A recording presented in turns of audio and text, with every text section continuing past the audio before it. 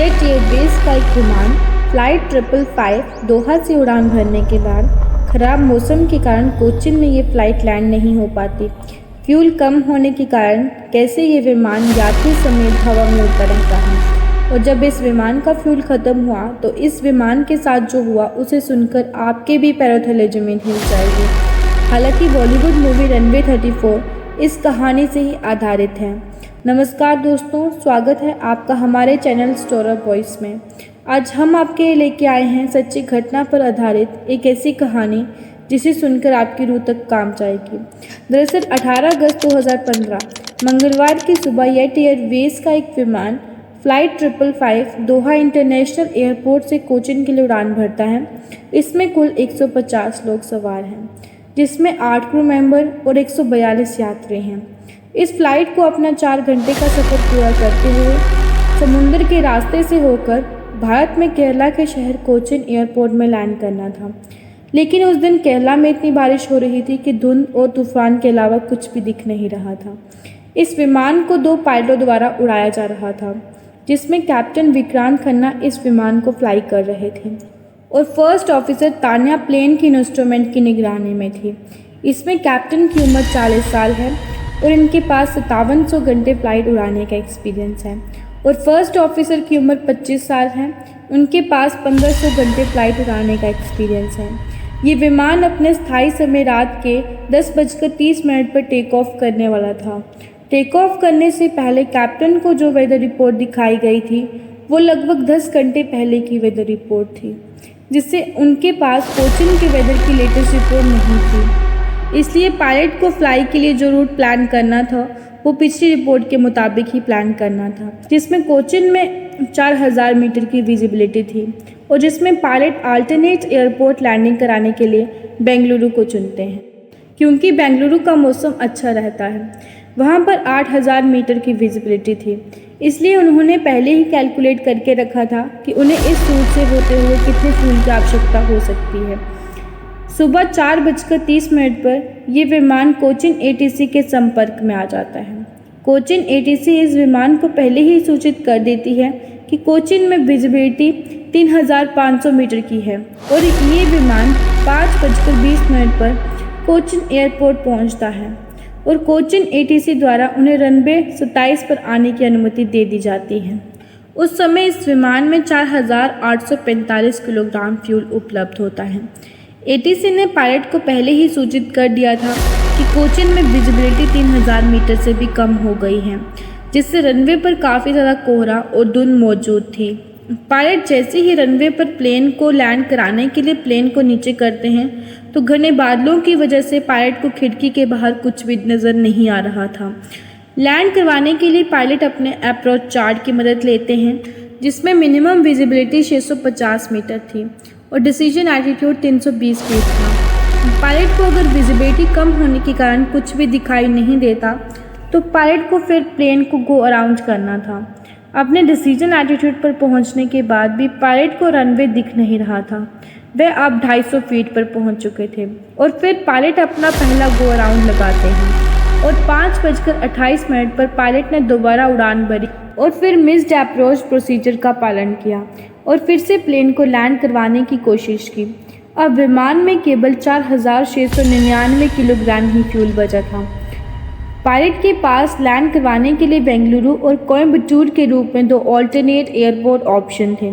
यहाँ पायलट को बेंगलुरु एयरपोर्ट पहुँचने के लिए कम से कम 3306 किलोग्राम फ्यूल चाहिए था। पायलट इन 2 ऑल्टरनेट एयरपोर्ट के मौसम के बारे में जानकारी लेते हैं और साथ ही एटीसी से त्रिवेंद्रपुरम एयरपोर्ट के मौसम के बारे में पूछते हैं, क्योंकि वो इन अल्टरनेटिव एयरपोर्ट में नहीं जाना चाहते थे, क्योंकि वो त्रिवेंद्रपुरम एयरपोर्ट पर जाकर प्लेन को लैंड करवाना चाहते थे। अब उन्होंने त्रिवेंद्रपुरम एयरपोर्ट को ही क्यों चुना, जबकि वो वेस्टर्न घाट के पास हैं और यहाँ का मौसम भी कोचीन के मौसम से कुछ अलग नहीं है। अगर पायलट प्लेन को त्रिवेंद्रपुरम की ओर लेके जाते तो उनके पास 20 मिनट का होल्डिंग टाइम बचना था, जो कि ज़्यादा पास है, जिससे पायलट प्लेन को 2 बार और लैंड करवाने की कोशिश कर सकते थे। पायलट प्लेन को दोबारा लैंड करवाने की कोशिश करते हैं। मौसम अभी ख़राब ही था। पायलट जैसे ही प्लेन को नीचे करते जाते हैं उन्हें फिर से घने बादलों और कोहरे का सामना करना पड़ता है, जिसकी वजह से रनवे उन्हें फिर से दिखाई नहीं देता। इस समय प्लेन को लैंड करवाना किसी खतरे से खाली नहीं था। अगर पायलट प्लेन को इस समय लैंड कराते तो प्लेन और उसमें बैठे 150 लोग प्लेन के साथ ही कोचिन के शहर में बीचों बीच क्रैश हो जाते। अब पायलट प्लेन को दूसरा गो राउंड लगाते हैं, जिसमें दूसरा गो राउंड भी असफल रह जाता है। 2 बार गो राउंड करने के बाद प्लेन में अब इतना फ्यूल नहीं बचा था कि वो बेंगलुरु जाकर प्लेन को लैंड करा सकें। अब पायलट ने जैसे सोच ही रखा था कि प्लेन को बेंगलुरु की जगह त्रिवेंद्रपुरम में लैंड कराएंगे। इसलिए पायलट एक बार फिर से तीसरा गो राउंड लगाने के बारे में सोचते हैं और अब तीसरा गो राउंड लगने के बाद भी उनका ये प्रयास असफल रहता है। अब पायलट के पास प्लेन को त्रिवेंद्रपुरम एयरपोर्ट ले जाने के सिवाय और कोई रास्ता नहीं बचा था। अब पायलट प्लेन को त्रिवेंद्रपुरम एयरपोर्ट की तरफ डाइवर्ट कर देते हैं। त्रिवेंद्रपुरम पहुंचने के बाद उन्हें पता चलता है कि यहाँ का मौसम भी कोचिन के मौसम से कुछ ठीक नहीं है। यहाँ भी तेज़ बारिश और घने बादल होते हैं। अब पायलट त्रिवेंद्रपुरम एयरपोर्ट से कनेक्ट करते हैं और एटीसी के द्वारा उन्हें बीओर अप्रोच लैंडिंग करने की अनुमति दे दी जाती है। बीओर अप्रोच लैंडिंग करने के लिए विजिबिलिटी बहुत ही अच्छी चाहिए होती है, जो कि वहाँ की विजिबिलिटी 3000 मीटर से कम थी। तो अब पायलट आईएलएस के द्वारा ही एक अच्छी लैंडिंग कर सकते थे, लेकिन त्रिवेंद्रपुरम एयरपोर्ट का आईएलएस भी काम नहीं कर रहा था, जो कि मेंटेनेंस पर लगा था। तो बिना आईएलएस के लैंडिंग कराना कोई खतरे से खाली नहीं था और पायलट अब प्लेन को लैंड कराने की कोशिश करते हैं, लेकिन विजिबिलिटी कम होने के कारण उनका ये प्रयास भी असफल रहता है।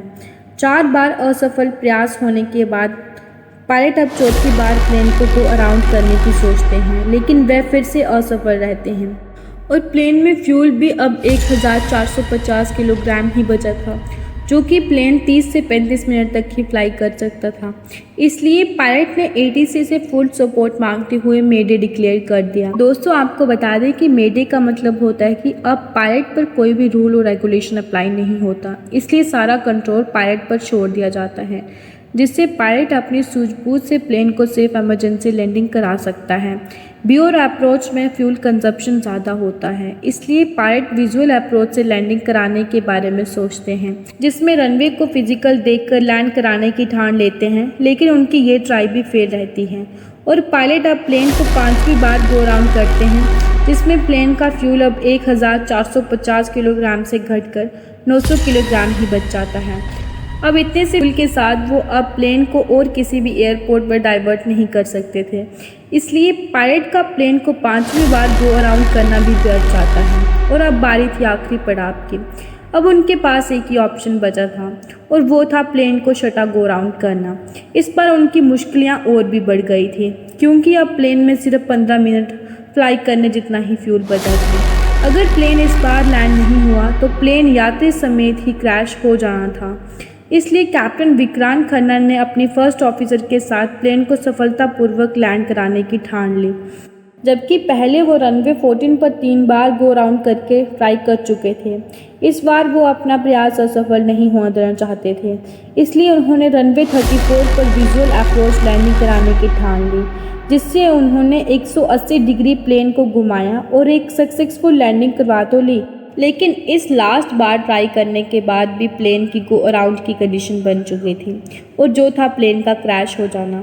इसके साथ प्लेन बैक एंगल पर चल रहा था, माने एक साइड से इतना झुका हुआ था, जो कि एक बहुत ही खतरनाक था। जब कॉकपिट की ऑडियो टेप को सुना तो पता चला कि ये एक ब्लाइंड लैंडिंग थी, क्योंकि जब फर्स्ट ऑफिसर ने कैप्टन से पूछा कि उन्हें रनवे दिख रहा है, तो कैप्टन का जवाब था नहीं, मैं बस ब्लाइंडली आगे बढ़ रहा हूँ। कैप्टन विक्रांत खन्ना ने अपनी सूझबूझ से प्लेन को सही लैंडिंग तो करवा ली, लेकिन बाद में उनके ऊपर लीगली एक्शन लिया गया और उनका डिवोशन हो गया। दोस्तों, हालांकि इस घटना ने उनको कईयों के सामने हीरो भी बनाया, तभी तो इस कहानी के ऊपर अजय देवगन की बॉलीवुड मूवी रनवे 34 बनाई गई है। दोस्तों, वीडियो अच्छी लगी हो तो वीडियो को एक लाइक और चैनल को सब्सक्राइब कर देना। बहुत मेहनत लगती है वीडियो बनाने में, आपका एक सब्सक्राइब हमारे लिए मोटिवेशन का काम करता है। धन्यवाद।